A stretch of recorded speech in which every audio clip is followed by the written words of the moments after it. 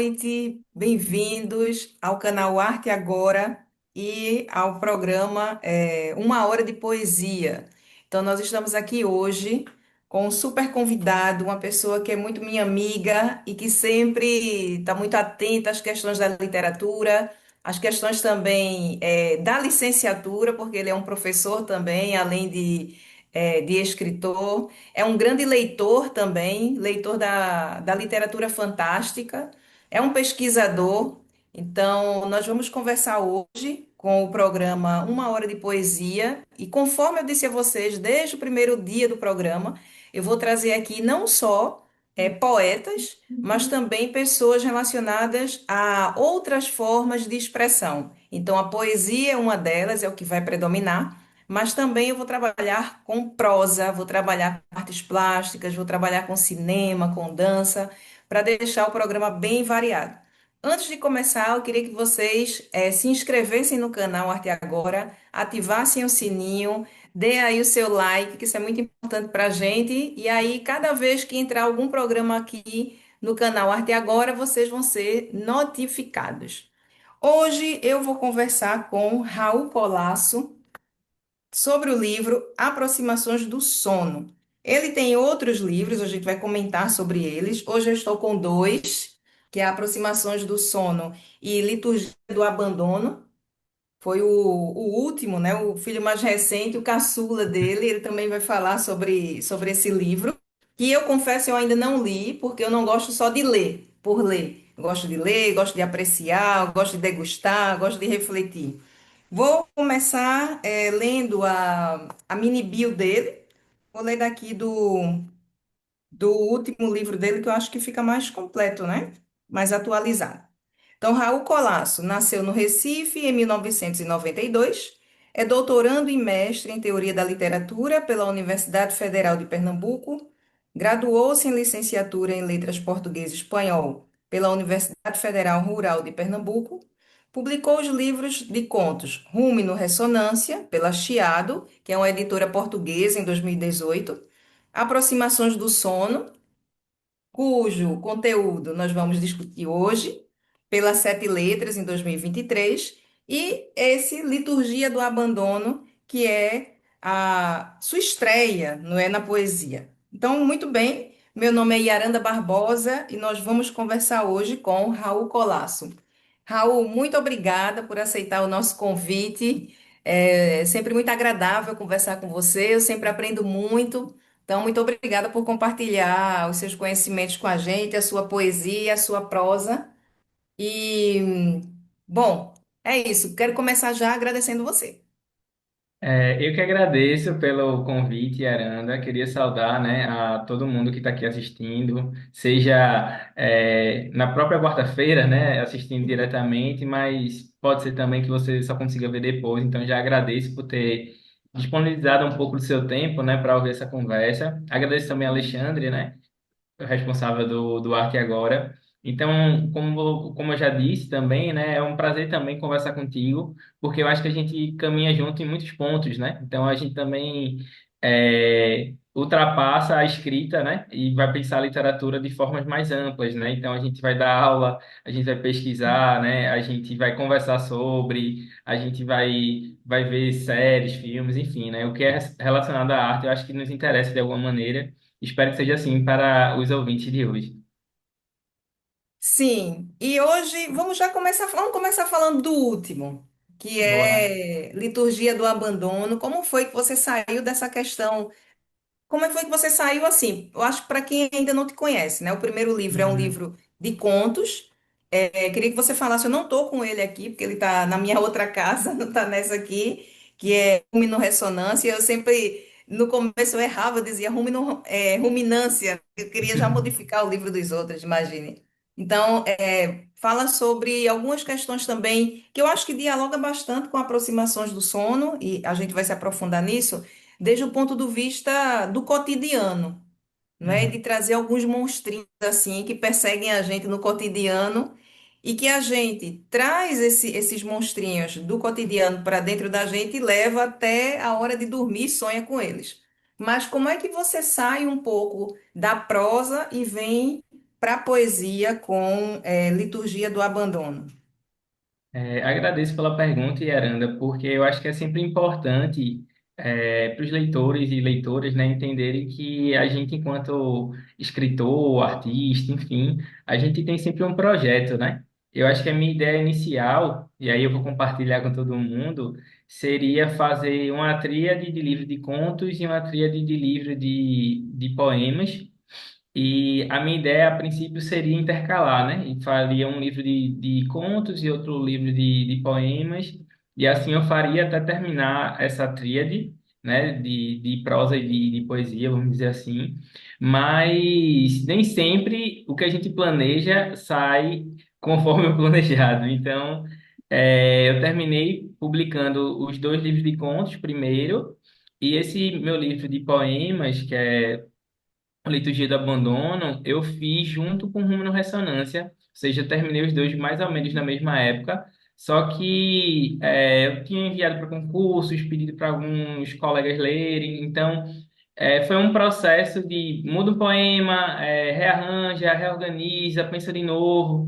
Então, eu acho que o Aproximações do Sono, de alguma forma, quando eu o concluí, de fato eu concluí, eu senti que ele estava mais pronto.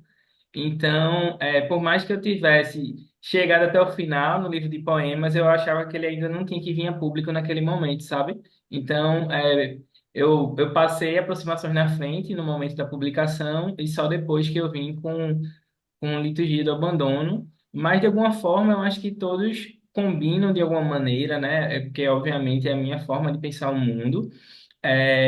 Por mais que se trate de poemas, e a gente sabe, né, que poesia pode dialogar com literatura fantástica, né, com o absurdo da vida real, isso aparece de forma diminuta, né, nesse meu livro de poemas, mas eu acho que o espanto diante do real é que se apresenta em todos os livros, sabe? Sim, o que eu acho interessante, eu acho que tem uma linha que faz essa costura muito bem no teu texto, tanto do primeiro como Aproximações do Sono e esse de poemas, é uma criticidade muito grande.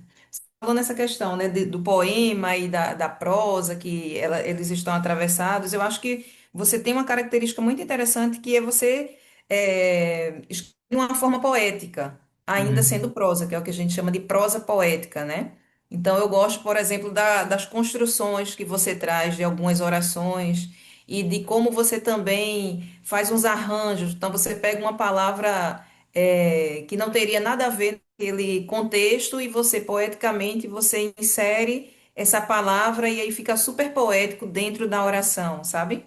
Então eu gosto muito desse teu estilo de escrita, apesar de que algumas pessoas dizem que escritor não tem estilo, quem tem estilo é personagem, mas eu sempre gosto de falar sobre isso, né? O estilo, acho que a gente tem uma impressão digital que deixa isso não significa dizer que alguém vai ler e vai dizer, ah, esse conto é de Aranda, ah, esse conto é de Raul.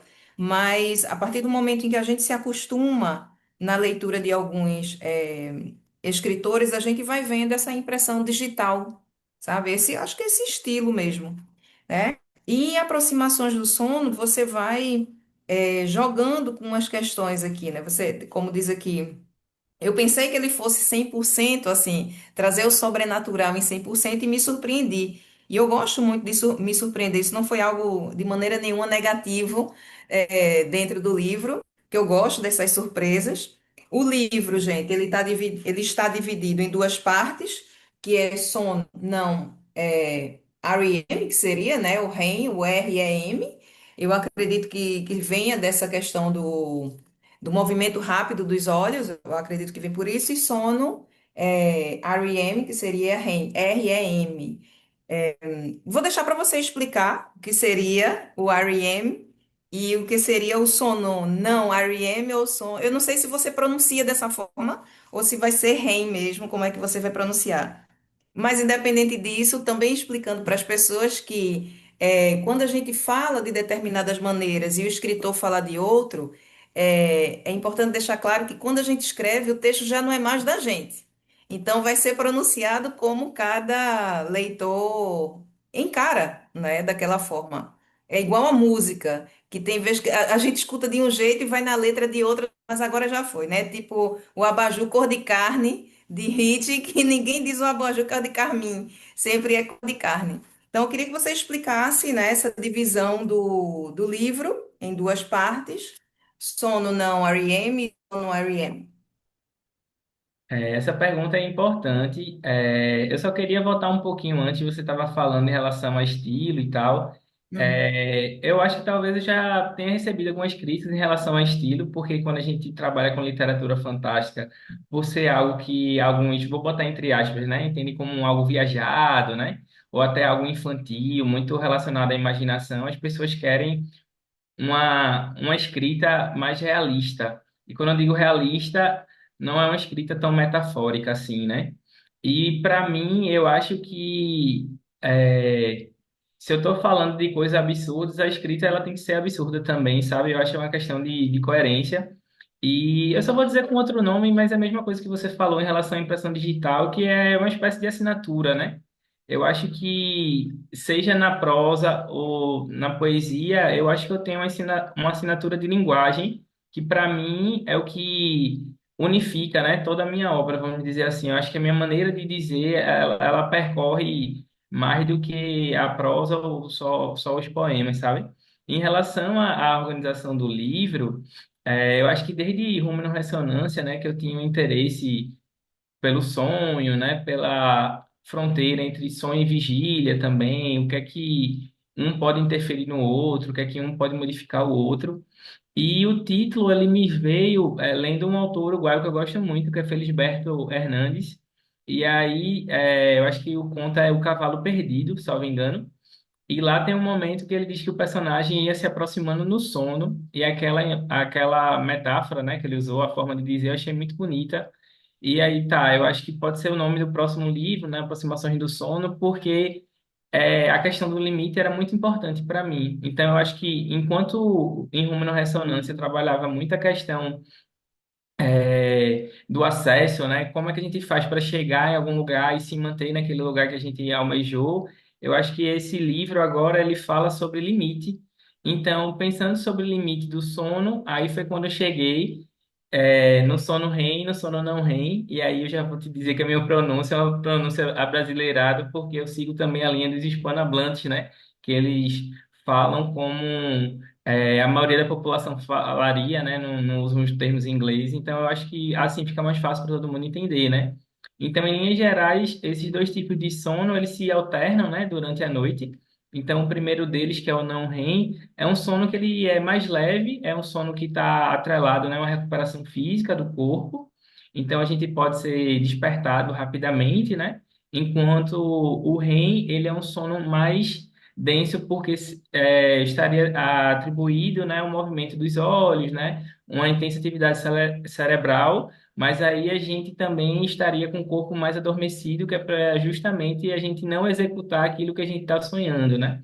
Então, isso a gente vai percebendo durante o livro, porque eu começo com textos mais curtinhos, né, que vão desde uma linha, duas linhas, né, até a gente chegar ao maior ponto do livro. Então, é uma maneira de espelhar esse ciclo do sono. Sim, gente. E essa abreviatura é uma abreviatura em inglês, né? Que seria o rápido movimento dos olhos. Uma tradução mais livre seria isso. E quando a gente está num sono profundo e a gente começa a sonhar, então a gente de olho fechado fica movimentando os olhos, rapidamente. Sim, é bem perceptível isso no teu livro, né? A parte estética, como você vai nessa crescente. E eu senti de uma forma que é como se fosse isso, a pessoa que está pegando no sono ainda tem essa ligação com o real, né? Que até que ponto existe o real e o irreal, né? E depois essa pessoa cai profundamente e tem esse momento mais longo, não é? Do sono. E você traz também esse sono que não são seriam, como diria Kafka, sonos intranquilos, né? Desde o início do livro, quando você traz esse mais curtinho, que é o milagre ante o antipasmo, né? Que diz o seguinte: acabo de ver a órfã Joana a brincar de morto-vivo com os pais. Então já é uma coisa mais incômoda que você traz aqui, uma sensação mais incômoda. E esse incômodo, eu acredito que vai também numa crescente ao longo dos contos. uma hora menos incômodo, outra mais incômoda, mas principalmente por umas questões que eu acredito que atravessam muito a tua escrita, que são as críticas de viés político, de viés social e de viés religioso, mas sem ser panfletário. Eu acredito que é isso que eu gosto muito na tua escrita. A gente reconhece aquilo que você está tratando, mas não vai ser um conto que ele vai cair no desuso, vamos dizer assim, no esquecimento, porque você conseguiu ler. Eu acho que quem não conhece o contexto consegue acessar da mesma forma, em relação à fluidez, né, do textual. E então você é bem crítico dentro da tua escrita, né? Sim, eu acho que quando a gente trabalha com arte, né, e com literatura, sendo mais específico, a gente tem que, de alguma forma, pensar o nosso tempo. E o nosso tempo é um tempo de absurdos. É difícil para mim ser positivo no dia a dia, porque a gente vem sofrendo vários ataques em diversas frentes, né? Então, enquanto professor, por exemplo, a gente às vezes tem que entrar em greve, né, para a gente ter um direito assistido, né? A gente, ao mesmo tempo, a gente vê determinados governos, né, que vão retirando direitos dos trabalhadores, por exemplo. A gente vê situações outras, né, fora do nosso país, que é a questão da Palestina. Então, essas questões, para a gente que está hiperconectado, né? Então, a gente não se desliga nunca. Então, a gente vai recebendo, pela internet, né? Várias informações negativas.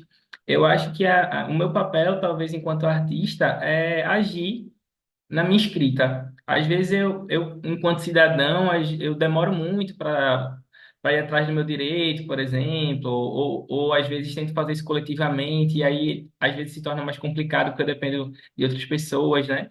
Mas eu acho que a escrita é uma forma de liberdade para mim, porque é o momento que eu tenho de pôr para fora aquilo que talvez eu, enquanto profissional, talvez, né? Enquanto, sei lá, né? Enquanto marido, enquanto filho, enquanto cidadão, talvez eu não exponha, sabe? Então, eu acho que é um momento que, de fato, é uma espécie de fotografia dos crimes dos seres humanos de nossa época, assim, já que o conto, por exemplo, é uma espécie de fotografia, né? Eu acho que Cortázar já falava disso. Então, para mim, eu acho que o conto, ele é meio que um recorte, né, do nosso cotidiano, e o cotidiano que eu vejo é muito caótico. Obviamente que a gente tem alegrias, né, que a gente tem coisas boas e tal, e isso eu estou começando a inserir também, ou seja, tentar achar alguma alegria dentro desse terror, desse horror do real. Então, a ironia está se aprofundando nos meus escritos, assim, eu tenho percebido, porque isso também faz parte da minha identidade, assim, mas para mim é difícil ver o mundo como está e agir com naturalidade, sabe? Eu acho que esse mundo é o mais antinatural possível, ele deveria ser outra coisa, né? Sim, como você mesmo me disse uma vez, né? Eu tenho consciência de classe. Exatamente. Né? Em relação a algo que a gente estava discutindo, que a gente estava falando sobre a heteronormatividade, e aí eu fiz a minha crítica. Você disse, se preocupe não, porque eu tenho consciência de classe, eu não vou fazer isso não. E em relação a essa questão da consciência de classe e pegando também o gancho da heteronormatividade, eu gostei muito de um conto, eu gostei de outros também, vou te dizer, eu sempre qual é o meu preferido, dos livros que eu leio, mas eu gostei muito de um dos primeiros também, que é Quem Não Pode Dormir, Acha a Cama Mal Feita, que eu acredito que fala muito dessa questão, né, da heteronormatividade e de como essa heteronormatividade, atrelada, obviamente, ao machismo e toda essa visão patriarcal, haja vista o episódio que a gente teve há poucos dias, né, com a ministra Marina Silva e tudo, vários outros. Eu estou citando esse porque é um dos mais recentes, assim, e mais próximos da mídia, e que saiu da mídia, né? Mas eu gostei muito desse texto exatamente por conta, dessa imposição que você tem, porque a gente sabe que a maioria dos agressores de gênero, né? A maioria das agressões de gênero partem-se do homem em relação à mulher, e você traz esse conto. nesse sentido também, de dizer que não concorda com isso, mas se colocando também nesse outro lugar, né? E diz o seguinte: quem não pode dormir acha a cama mal feita. E diz: Alô, pai, bom dia. Bom dia, minha filha. Dormiu bem? Não. Hoje eu tive um pesadelo terrível. Sonhei que estava sendo estuprada. Sempre achei que você dorme muito à vontade. Cansei de avisar. Mas o que o pai diz não se escreve. Sem calcinha, o peito fora da camisola, homem não se controla.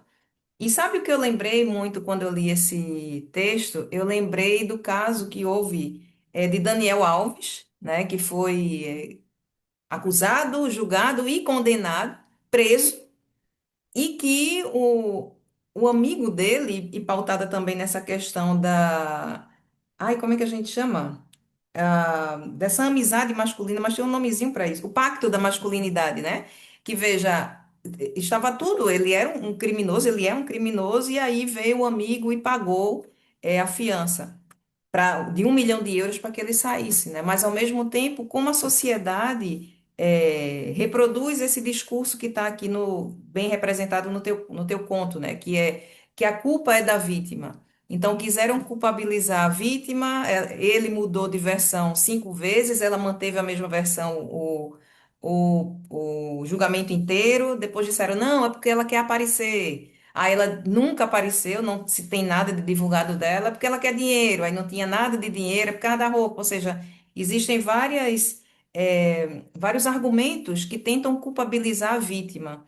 E que foi isso que eu falei no começo aqui da nossa conversa, como você traz essas palavras cotidianas e transforma em poesia e traz para dentro da tua prosa. Então, eu queria que você comentasse um pouco sobre essa violência que tem, assim, logo no início do teu texto, né, do teu livro, e vai também atravessando outros contos.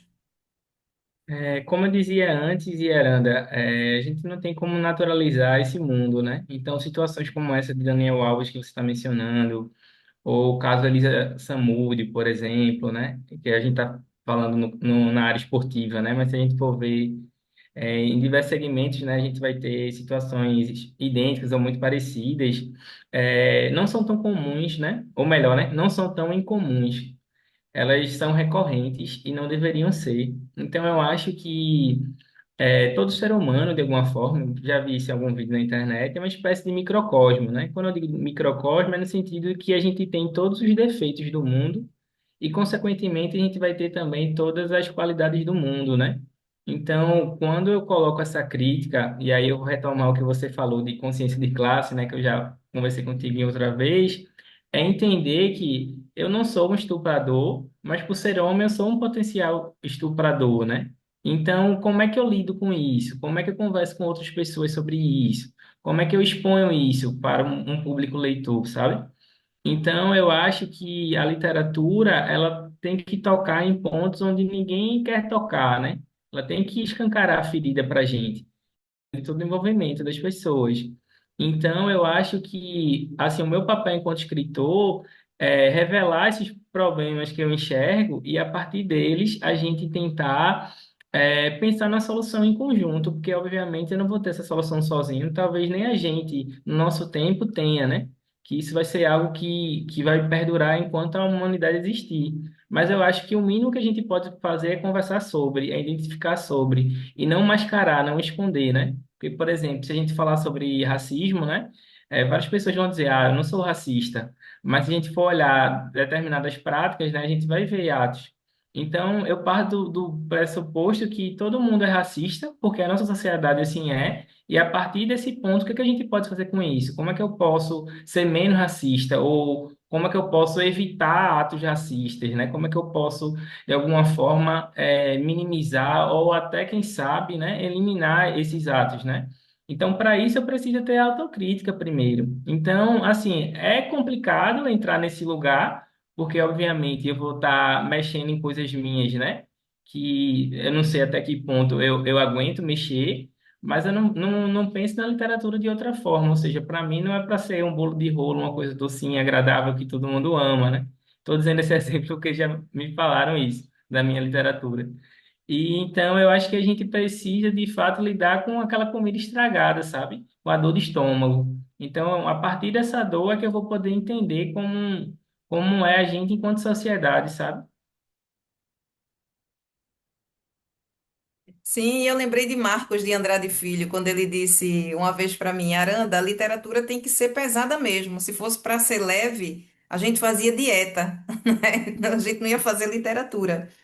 E falando nisso, eu gosto também de outro conto que você traz uma inversão de papéis, né? Que é o homem colocado nessas situações de violência, né? Em que eles são agredidos também por pessoas próximas. Aí, então, no lugar do avô, do pai, do irmão, você coloca a avó, a mãe, o irmão.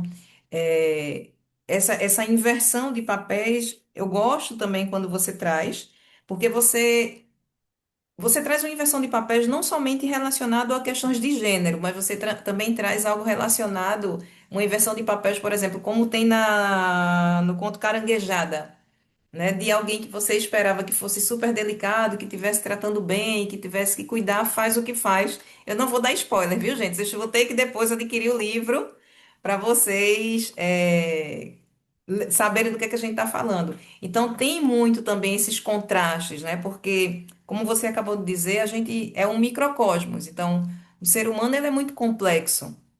Não é porque é uma criança que vai ser meiga, boazinha, vai dizer sempre a verdade, não é porque é idoso, né, que vai ser sempre também meigo, delicado. Então, eu gosto desses contrastes também que você traz nas tuas narrativas e associado, que é algo também que eu adoro, à presença de animais, né? Então, eu queria que você falasse também essas inversões de papéis e como você insere esses animais, até animais inesperados, assim, dentro da narrativa. Essa pergunta dos animais eu não estava preparada, mas ela é legal porque é o assunto que eu pesquiso agora na minha tese, né? Eu estou trabalhando com duas autoras, que é Ana Paula Maia e Patrícia Mello, e estou tentando ver a representação dos animais na obra delas. E, obviamente, é uma coisa que me toca, mas talvez de forma subconsciente, assim, não é uma coisa proposital. Eu acho que no caso de Caranguejada, aí. é, Era uma coisa que eu já queria fazer há algum tempo, porque na graduação, eu acho, eu li um conto chamado A Galinha Degolada, né, que eu acredito que você conhece, de Horácio Quiroga, e eu acho que aquele conto foi meio que definidor, assim, do meu estilo literário, assim, de coisas que eu gostava. Então, nesse meu resgate, assim, agora no doutorado, né, da minha trajetória de leitor, eu fui percebendo que eu gostava de animais relacionados à violência, né? E também é uma forma de entender a sociedade da gente hoje, né? Porque, por exemplo, hoje a gente come carne, mas a gente não vê mais o boi, por exemplo, né? A gente vê um retalho daquele boi, ou seja, ele não é mais um ser por completo, né? Ele é só um pedaço de carne. Isso acontece com frango também e tal. Então, isso de alguma forma se assemelha ao que foi feito com outros seres humanos. Então, quando a gente vai investigar, no final das contas, somos todos animais, mas a gente se acha superior, né? Então, eu acho que a minha literatura, ela ela compõe uma espécie de estética animal, porque eu acho que a gente não consegue domar, né? E, ao mesmo tempo, é uma identificação de que a gente também tem uma animalidade e muitas vezes a gente quer mascarar, quer esquecer, né? A gente quer se distanciar do natural, e do natural aqui eu estou falando em relação à natureza mesmo, né? No sentido ecológico, mas a gente está todo interligado, né? Em relação a essa mudança de papéis que você mencionou, uma coisa que eu percebi, e não foi sozinho, foi com essa troca, né? Feito a gente está tendo agora. Um amigo meu que é Anderson Félix, ele fez uma resenha sobre aproximações do sono e para mim foi bem legal ver a interpretação de outra pessoa, porque ele descobriu coisas que eu não sabia e de fato faz todo sentido que no primeiro livro você falou muito que eu trabalho com elementos do cotidiano, né? Mas eram espaços abertos. Então, normalmente, sei lá, seria um contexto externo a uma casa, por exemplo, é na rua, é dentro do ônibus, né?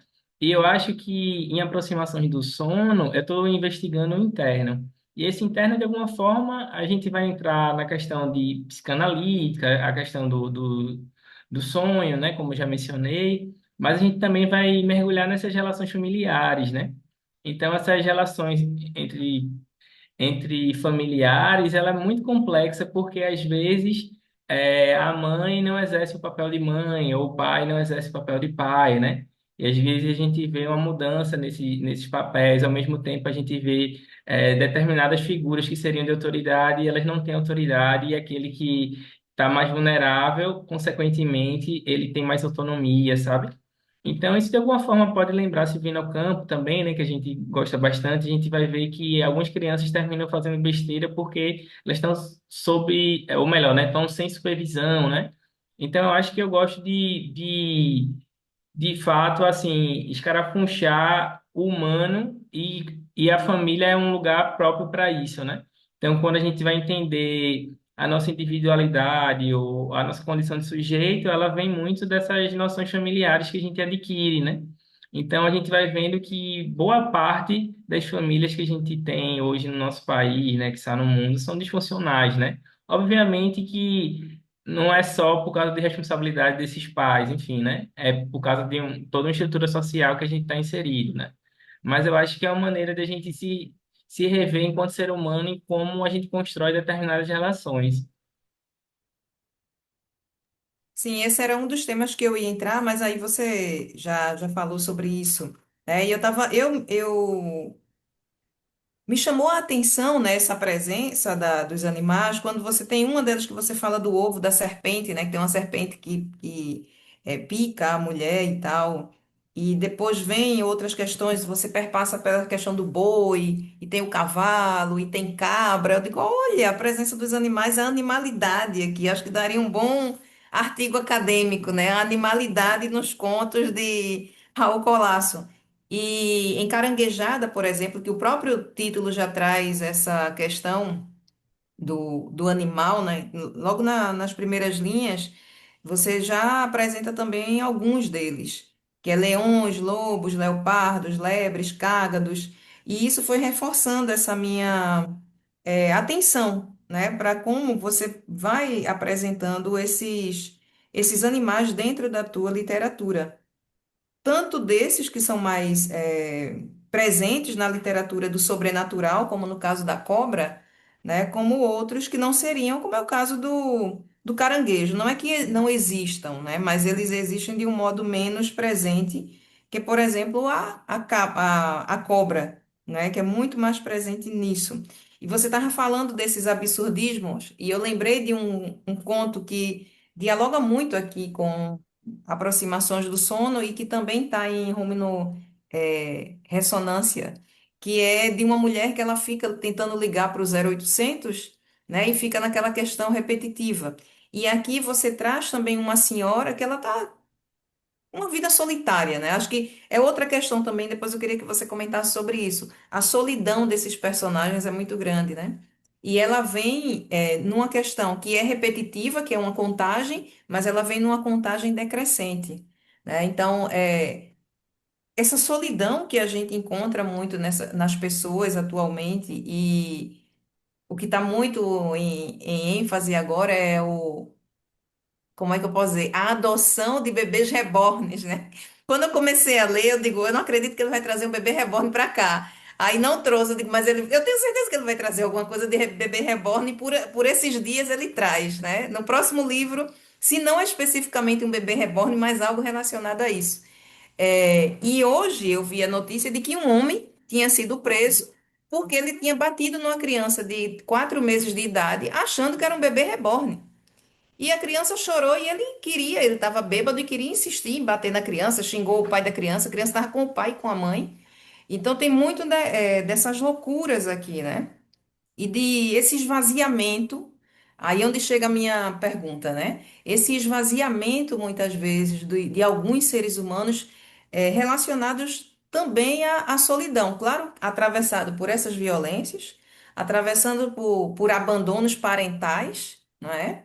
E, ao mesmo tempo, com essa sensação muito grande de vazio, né? Eu vejo muitos desses teus personagens com esse vazio e tentando preencher a todo custo esse vazio dentro deles.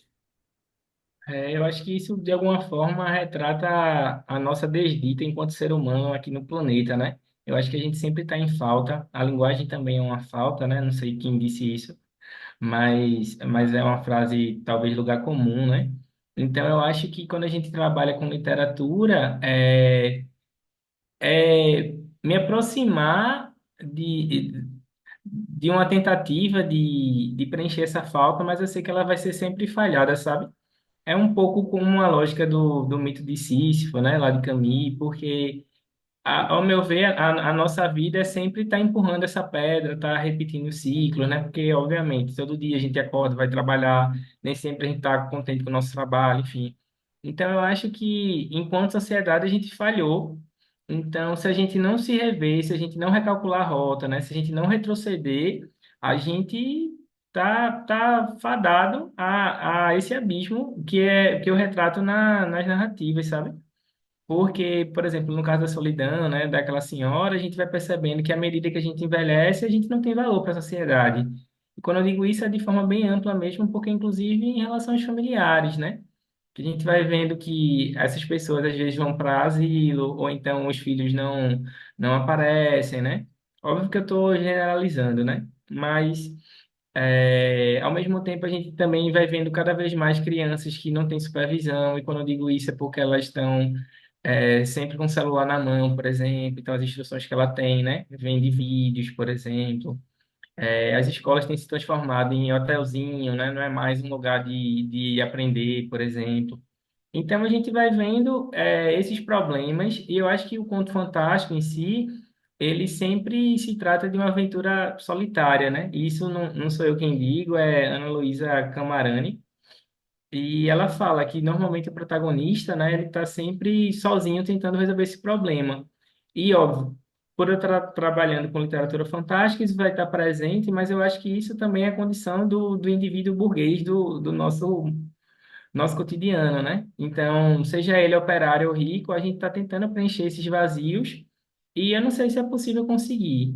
De alguma forma, óbvio, né? Isso é para quem tomou uma das pílulas lá de Matrix, né? Que é aquela de saber o que é o mundo real, né? Se você vive na superfície, então para você está tudo bem e você não está diante desse abismo que é essa falta que a gente não consegue preencher, sabe?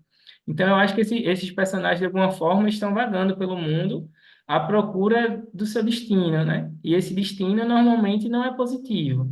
Pode ser que um dia seja, mas enquanto eu tenho observado a sociedade, eu acredito que não. Só para fechar a tua pergunta em relação aos bebês reborns e tal, isso para mim não é tão novo, porque eu já falei de Felisberto Hernandes aqui, né? Ele tem um conto chamado As Hortênsias. E eu acho que é da década de 60, se eu não me engano. E lá ele falava em bonecas que representavam a esposa dele, a esposa do protagonista, no caso, né? Não a esposa do autor. E, de alguma forma, elas prenunciam que seria uma boneca sexual, né? Então, da década de 60 para hoje, isso já não é tão surpresa, porque hoje em dia, se a gente for olhar, por exemplo, no Japão, é uma febre já, né? Então, assim, essa questão dos bonecos, de autômatos, não é uma coisa tão nova. É nova, eu acho, no quesito realismo, né? Mas para mim, de fato, se torna absurdo não a pessoa ter um boneco desse em casa e tal, porque não cabe a mim julgar, mas eu acho que é a forma de tratamento, né? Ou seja, você levar para um posto de saúde, né? Levar para um hospital, ou então você dar uma entrada na justiça sobre a guarda de um bebê reborn, né? Isso aí, de fato, entra num caráter absurdo, né? Porque a gente, inclusive, pode estar prejudicando outras pessoas, tá fazendo isso, porque a gente sabe que tanto a justiça, né, quanto a área de saúde, ela é, tem uma fila imensa, né, de pessoas que estão querendo acessar aqueles locais, né, e são possivelmente atrapalhados, né, por essas pessoas. Sim, a literatura ela sempre é atual, né?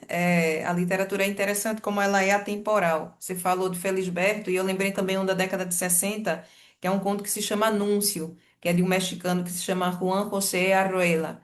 E ele traz também essas bonecas. Então ele tem bonecas de todas as idades.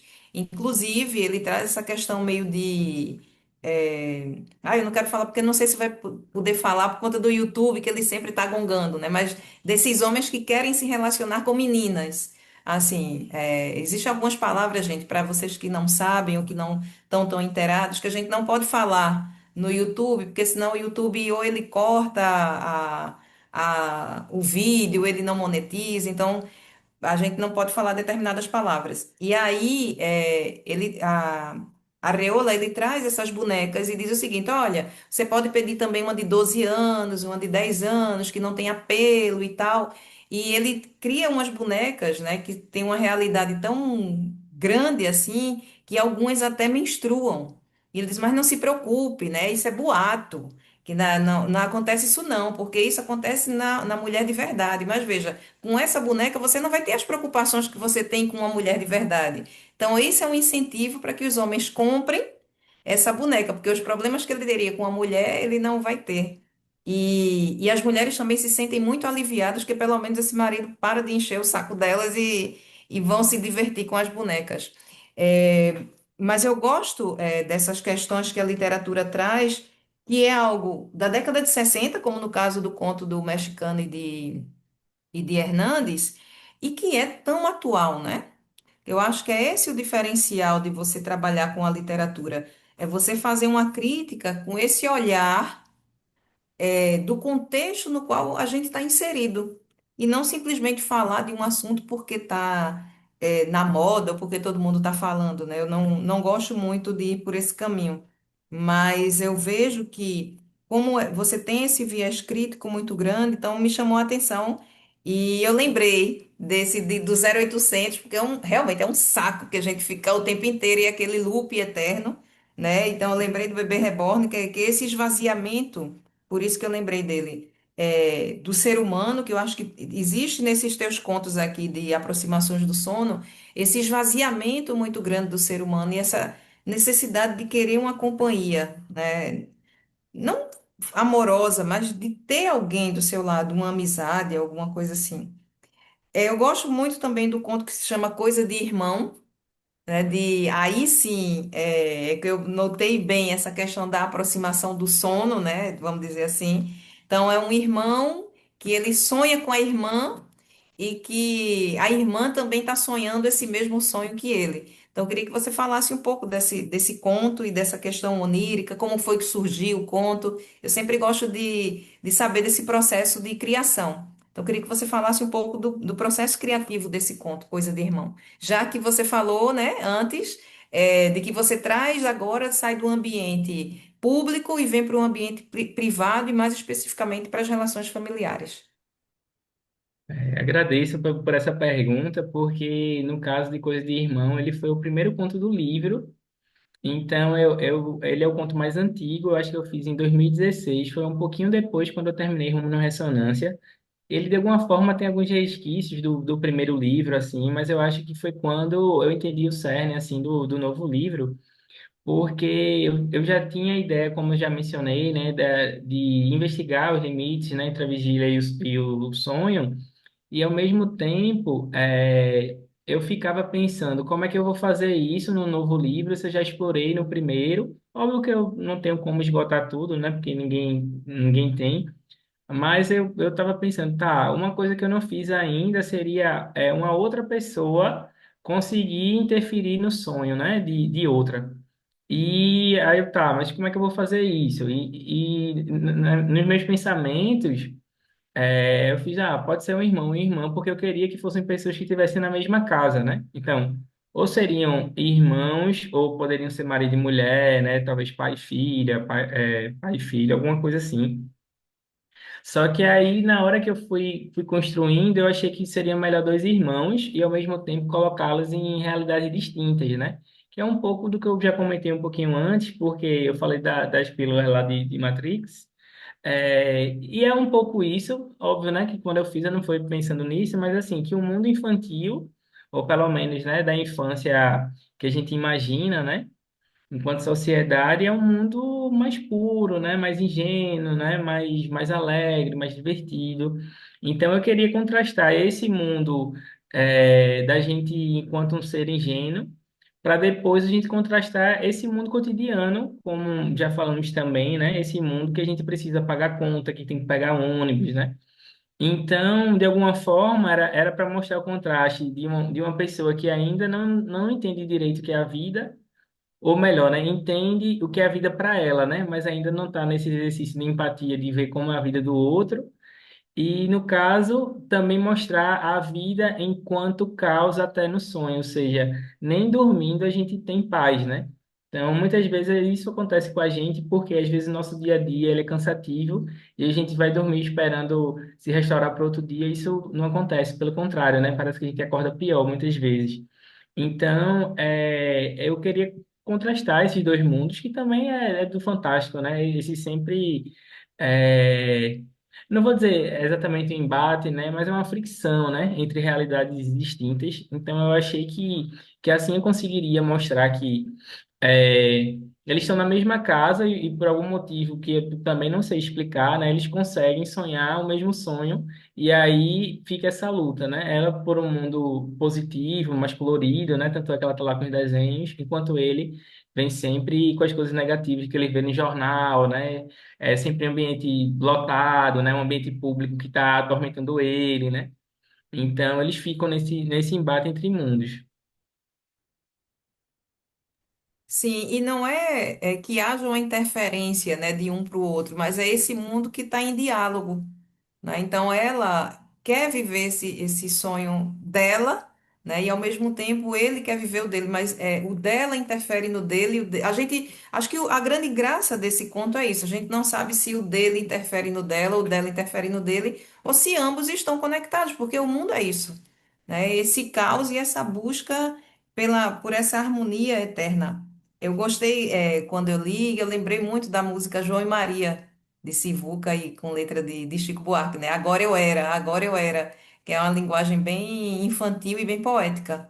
Então eu sempre, como eu sou muito apaixonada por música, eu sempre vou relacionando, é, sempre me dá um estalo quando eu leio determinado conto e me faz lembrar de uma música. E por falar em música, você traz em algumas epígrafes trechos de música. Reginaldo Rossi, A Favorita, Chico Sainz, né? Então, eu estou falando não só de aproximações do sono, como também no primeiro livro dele, ele traz a música, musa. Então, ele traz versos de músicas bastante populares e bastante conhecidas para abrir, não é, cada conto. E queria que você comentasse para quem não conhece também essa característica tua, né, de por que você faz essa opção de trazer uma epígrafe. Nesse daqui, inclusive, você traz uma epígrafe bíblica, mas o que me interessa mesmo é que você fale sobre essas epígrafes musicais que você traz com esses versos. As epígrafes musicais, elas servem para mostrar essa fricção entre mundos, né? Eu acho que a gente, enquanto ser humano, a gente não é uno, né? Como eu falei, se a gente é um microcosmo, a gente é tudo, de alguma maneira. Então, se a gente é tudo, tudo cabe na literatura. É uma tentativa de mostrar que qualquer coisa do cotidiano, ela pode ser artística, né? E a gente precisa ter essa sensibilidade de notar isso, né? Então, eu acho que quando eu trago esses trechos, é uma maneira de aproximar, já que a gente está falando de aproximações do sono, aquelas pessoas que, de alguma forma, só conhecem a música, né? Não conhecem o meu texto ainda, e, ao mesmo tempo, de levar aquelas pessoas que só leem o meu texto, só leem literatura, para conhecer aquela música, né?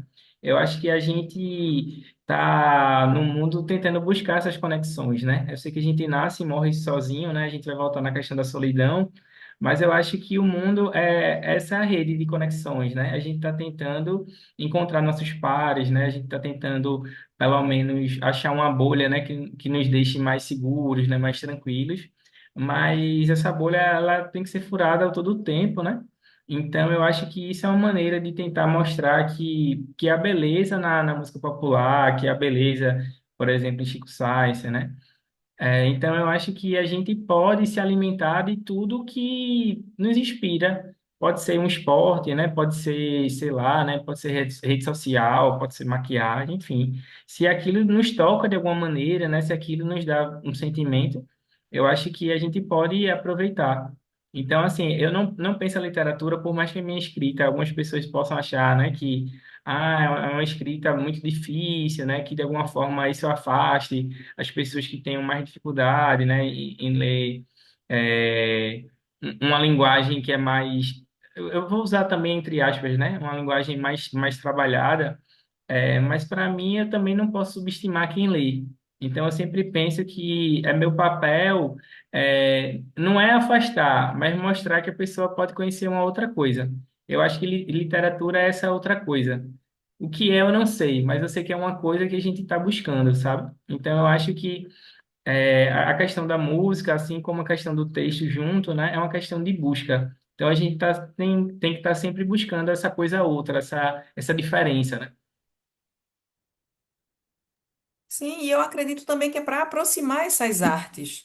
Né? A música é uma arte, a literatura é arte. Eu gostei muito no começo quando você disse eu enquanto artista, porque tem gente que diz que escritor não é artista. Ora, se a gente diz que literatura é arte e eu sou escritor, é claro que eu sou artista. Se eu demando tempo fazendo isso aqui, é claro que eu sou artista. E eu concordo plenamente, o escritor ele é artista. E existem vários tipos de arte que a gente faz. E, obviamente, aproximar essas artes aqui é muito importante. Não somente trazer, sei lá, algo mais erudito, que seria o inalcançável, como no caso de Chico Buarque, né, vamos dizer assim, como também trazer Reginaldo Rossi. Afinal de contas, a gente já teve aqui o Dia do Brega, já definido como o Dia de Patrimônio, né, nacional, mundial, o maior dia de patrimônio nacional em linha reta do mundo. Então, eu acho muito interessante esse trabalho que você faz de trazer essas epígrafes de uma arte mais popular, vamos dizer assim, que é a música, e a literatura, que seria uma arte não tão acessível, né? Mas extremamente popular também. Acho que o que falta é as pessoas se darem conta disso, sabe? De que sim, eu posso pegar um livro e ler. E sim, eu posso ler e não gostar, é um direito meu. Não é porque às vezes é um clássico que você tem a obrigação de gostar. Ou porque é um livro mais popular, vamos dizer assim, ou não tão erudito, que você também tem a obrigação de gostar ou não gostar. A arte é subjetiva, né? Então, eu acredito que a subjetividade é quem deve mandar aqui no processo de leitura. E um que eu gostei também muito, já vou dizer qual é o meu preferido. Meu preferido é Coisa de Irmão. Esse é o meu preferido. Mas gostei muito também dos outros, mas eu sempre escolho um para dizer esse é o que eu gostei mais. E um que me chamou também bastante atenção, que foi o último, que é A Microhistória, de Heitor Ambrósio, como artefato literário. Lembrei muito também de uma música que é um poema, que é E Agora é José. E gosto desse desespero dele, sabe? Essa coisa desesperada dele. Lembrei também de um conto que é O Ex-Mágico da Taverna Minhota, que é de Murilo Rubião. Então, para mim, foi uma grande alegria ler esse conto, porque me trouxe muitas memórias afetivas relacionadas à música, à poesia, a outros contos. E queria que você falasse um pouco sobre esse conto. Então, Yaranda, eu acho que esse conto que você perguntou, ele teve duas origens, né? Uma foi conversando com um amigo meu, Antônio Lamenha, lá na Universidade Federal Rural de Pernambuco, que ele escrevia na época, a gente trocava alguns textos, e ele conversou comigo sobre as dificuldades que a gente tem pós-morte, né? Então, quando alguém falece, né, ou quando alguém morre, a gente ainda tem uma série de burocracias para resolver, né? Eu vivi isso recentemente, por exemplo, com meu pai, com meu avô. Então, a gente, sei lá, tem que fechar conta, tem a questão do enterro, né? Tem a questão, sei lá, de benefício, cartão. Então, é uma série de desdobramentos, né, que a gente só se dá conta, de fato, quando alguém próximo vem a óbito, né? Então, isso foi uma coisa que tinha ficado na minha cabeça, assim, nessa conversa que a gente teve. E a outra motivação que foi quando eu consegui, né, de fato, ter uma ideia do que eu ia escrever, foi uma vez indo para para a UFPE e tava fofoca, né, das pessoas dizendo que alguém tinha se jogado do Cefiche, né, que é o prédio mais alto, né, da instituição. E obviamente que a gente não sabe se isso é verdade ou não, porque o pessoal sempre fala e a gente nunca vê as coisas, né? Mas de alguma forma para a literatura não era importante, né? O fato de ser verdade ou não. Então eu achei que eu podia unir essas duas coisas, né? Se há uma burocracia, né, no pós-morte, também pode ter no pré-morte, né? Então a gente ia vendo esse personagem buscando dar cabo de si, né, durante toda a trajetória do conto, e ele é sempre atrapalhado, né, pelas instâncias, né, pelas pessoas, inclusive. Então, eu acho que se ver nessa condição de fracassado é algo constante na nossa vida, porque eu acho que o mundo, de alguma forma, é feito para que a gente fracasse mesmo, né? Da forma que ele está constituído, a não ser que você seja um dos escolhidos, né? Uma pessoa muito rica, né? Que não é o caso da imensa maioria, né? Então, eu acho que um pouco dessa angústia dele é a nossa angústia diária de, assim, eu sou professor, eu vou para a escola, chega lá, estão me atrapalhando, ou então assim, eu vou pegar aquele ônibus cheio, né? Vou trabalhar na recepção, sou tratado mal pelas pessoas, né? Ou, sei lá, sou gari e limpo tudo. Quando dá 10 minutos, o pessoal já sujou tudo de novo, né? E eu tenho que recomeçar aquele trabalho. Então, por mais que aquele estudante, né, ele seja alguém de alguma forma beneficiado, assim, eu digo assim, porque ele ainda não trabalha, né? Mas ele está diante desse mundo real, né? Desse mundo que, de alguma forma, quer que ele fale, né? Ou que conspira para que ele fale. Então, eu acho que é uma metáfora que revela esse mundo opressor que a gente vive. Uhum. E, e traz outras referências. Eu falei, eu disse essas referências, gente, porque cada leitor vai apreender o conto, né, a leitura da sua própria, a partir do seu próprio universo, né? Mas é óbvio que aqui tem outras referências que as pessoas podem encontrar, como Bandeira, né, e tal. Mas eu queria que você me falasse também alguma coisa antes de a gente encerrar, porque voou, já tem uma hora que a gente está conversando. Qual foi o conto que te deu mais trabalho? Se existiu algum que te deu mais trabalho, seja em relação ao tempo, que demorou mais, ou que você se deteve mais fazendo alguma pesquisa, aqui de aproximações do sono. Então, isso de trabalho, eu não sei te dizer exatamente, até porque já faz um tempo. Eu gravo mais ele pronto e ele na Gênese. O durante eu acho que eu meio que apago, que é para não sofrer, né, nos próximos que eu for escrever, porque a gente sabe que escrever nem sempre é simples, né? Na maioria das vezes é doído, né? É, vê só, eu acho que os maiores eles tendem a me dar mais trabalho porque eles requerem mais tempo de escrita, mais dias de pesquisa também e tal. Normalmente, assim, eu produzo um texto. Quando eu digo produzo, é no sentido de sentar e digitar e tal, fazer uma espécie de primeira versão. Dá em torno de uns 7 dias. Não 7 dias seguidos, né? Então, às vezes eu escrevo uma ou duas vezes na semana, dou um tempo, depois volto. Às vezes pode ser a semana corrida, depende da minha logística aqui. Então, a primeira versão normalmente sai nisso, e esses maiores devem ter levado uns 10 dias. Eu acho que o que mais me deu trabalho aí no sentido emocional, aí eu vou olhar aqui, é Caravana. Eu acho que ele foi o que mais, assim, doeu para fazer, porque eu fui pesquisar algumas imagens.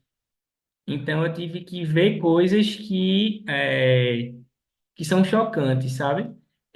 Na minha cabeça, assim, eu sou muito, eu aguento, eu consigo, é de boa e tal, mas chega uma hora que não é tão de boa assim, né? Então, eu acho que as imagens que eu vi para escrever, para ter uma ideia, né, de como querer descrever determinada cena, foi mais pesado.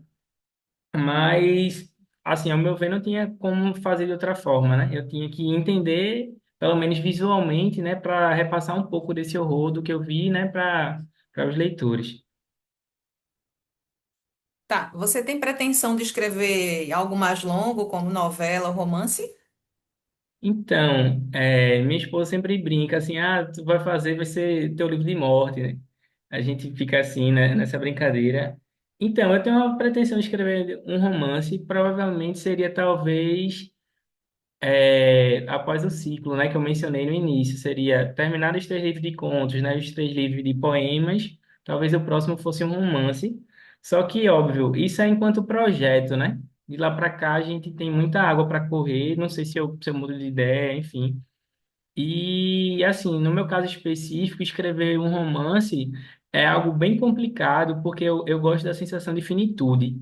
Quando eu digo finitude, eu sei que o texto é aberto e a minha ideia é que ele seja o mais aberto possível mesmo. Mas no caso do romance, é algo que eu vou ter que fazer durante anos, né? Então, isso me angustia um pouco, que é o que acontece também escrevendo uma tese, né? Então, eu botava na minha cabeça, por exemplo, que eu estou escrevendo um capítulo, no caso da dissertação. Não estou escrevendo a dissertação toda. Então, talvez, se eu pensar assim, eu vou escrever capítulos e esses capítulos vão dialogar, então eu acho que é mais fácil para eu pensar assim. Mas provavelmente eu vou fazer, só não sei previsão e tal, mas assim, eu tenho uma ideia rudimentar há um tempo que eu comecei a desenvolver já faz uns anos, mas assim, uma página só de início, e provavelmente eu vou ter que escrever tudo, mas assim, eu meio que tenho um argumento, sabe? Sei, entendi.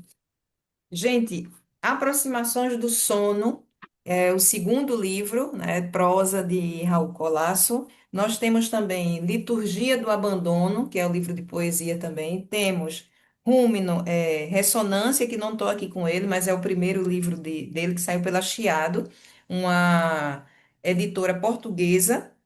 E queria saber como é que as pessoas fazem para conseguir ter o livro. O último é esse. Esse é o caçula, esse é o filho do meio, e a filha primogênita existe também. Mas aí eu queria saber como é que as pessoas fazem. Raul Colasso também está no nosso projeto de leitura, ou seja, as pessoas que aparecem aqui, que participam do nosso programa, a gente adquire o livro da pessoa e esse livro será doado no final do ano para alguma biblioteca ou para algum projeto de leitura. Então, para alguma biblioteca de alguma periferia ou para algum projeto de leitura também periférico. E já estamos aqui com o livro de Raul, que será esse Aproximações do Sono. Então, vamos levar a literatura para todo mundo, porque todo mundo tem o direito a ler, a escrever também, se sentir motivado a ser escritor. Porque uma das coisas boas e excelentes desse programa é que a gente consegue conversar com o escritor, não sobre o escritor, né?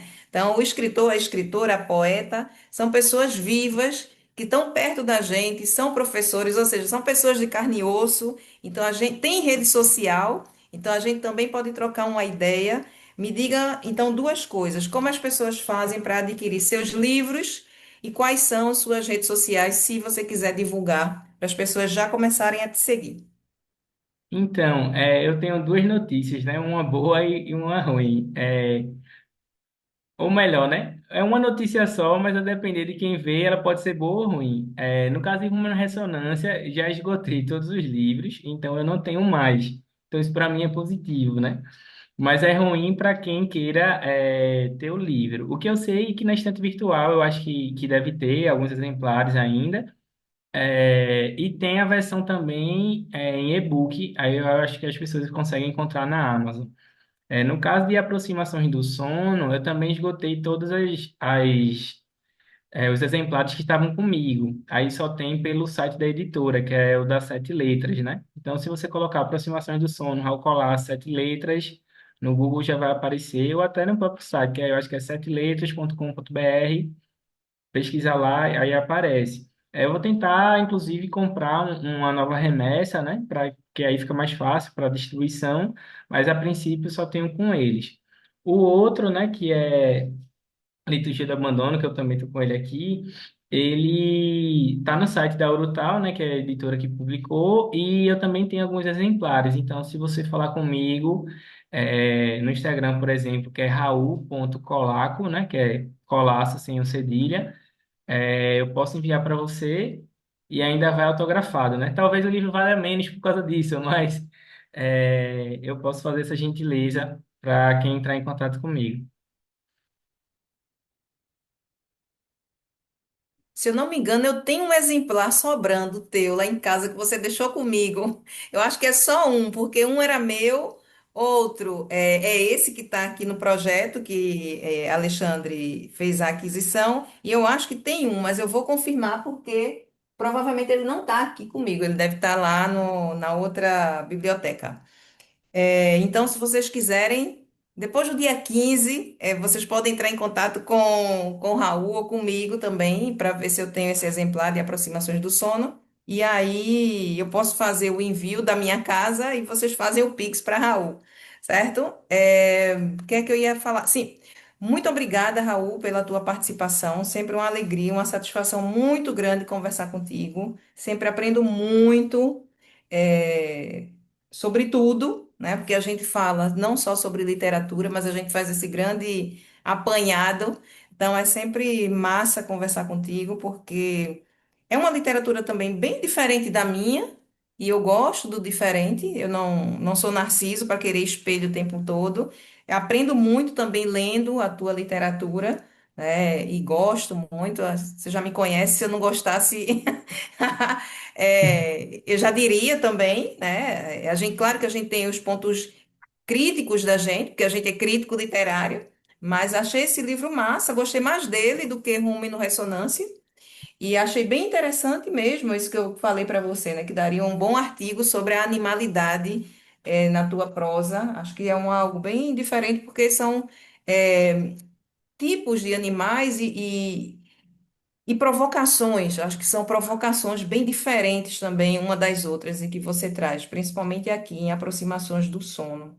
Então, muito obrigada por você ter concordado vir aqui conversar com a gente. Muito obrigada também por ter seu livro na nossa cestinha de doações. Então, estou muito feliz que você participou desse Uma Hora de Poesia. Se você quiser falar alguma coisa, pode ficar à vontade. Oi, Aranda, eu que agradeço. Sempre passa rápido, né? As nossas conversas, quando a gente vê, né, dá uma hora rapidinho. Então, sobre aproximações do sono ainda, eu acho que ele também é um livro mais maduro, né? Então, consequentemente, eu já li mais coisas, né? Já revisei em relação ao primeiro livro, porque, obviamente, eu era uma outra pessoa, né? E sobre discordâncias, assim, para mim são super bem-vindas. Eu não acho que eu tenho que agradar todo mundo, não. Inclusive, eu tenho ciência da minha insignificância, e isso é bom a gente saber, porque eu não me coloco acima de ninguém, né? Eu tenho humildade para ouvir e entender que eu preciso aprimorar, melhorar, né? Obviamente também que eu sei que eu não tenho que agradar os outros para que o texto tenha alguma validade, né? Mas eu sei que o texto ele só existe em diálogo e eu sempre penso que a obra é aberta, né? Então, se a obra é aberta, a gente precisa preencher com as nossas experiências, vivências. Então, o leitor, a leitora é sempre muito importante para mim, porque você, enquanto escritora, deve sentir isso também. Muitas vezes a gente se sente falando pro nada, né? Então, a gente está ali publicando, né? Tentando divulgar e a gente sente que as pessoas não estão ouvindo. De alguma forma, é como se a gente estivesse dentro de um coletivo, né? Tentando vender um produto e as pessoas estão só tentando chegar em casa ou sobreviver, né? Então, assim, é difícil muitas vezes, mas em momentos como esse me mostra que, é, mesmo sendo difícil, a gente precisa persistir e continuar, né? Porque não há outra maneira de existir senão pela linguagem. Isso, e é bom deixar claro, gente, que quando a gente for fazer a entrega dos livros, a gente vai falar um pouco também com a pessoa responsável sobre cada livro e sobre cada autor. Por isso que é importante não só fazer a leitura do livro, mas também esse bate-papo. Então, é um modo também que essa pessoa que toma conta da biblioteca, ela também vai se apropriar do livro. Claro que ela não vai ler todos de uma vez só, mas aos poucos ela vai até escolher qual esse ou aquele que ela vai ler primeiro. Então é isso. Muito obrigada também por vocês que estão assistindo agora. Tá? O canal Arte Agora sempre vai ter uma hora de poesia todas as segundas, quartas-feiras do mês. Então, a gente está aqui marcando presença. Se inscrevam no canal, ativem o sininho, deem um like para a gente, que cada vez que vocês dão like, a gente chega cada vez mais distante, cada vez a mais pessoas. E muito obrigada pela participação de vocês que estão assistindo agora, que estão assistindo no gravado. Compartilhem também. com seus conhecidos. E é isso. Até o próximo. Não vou dar spoiler de quem vem depois. A gente está acertando aqui. Está 99% já de certeza. Mas fiquem atentos que nós vamos divulgar nas redes sociais do Arte Agora e na minha rede social também, @Aranda Barbosa. Então é isso, um forte abraço, fiquem bem, até mais.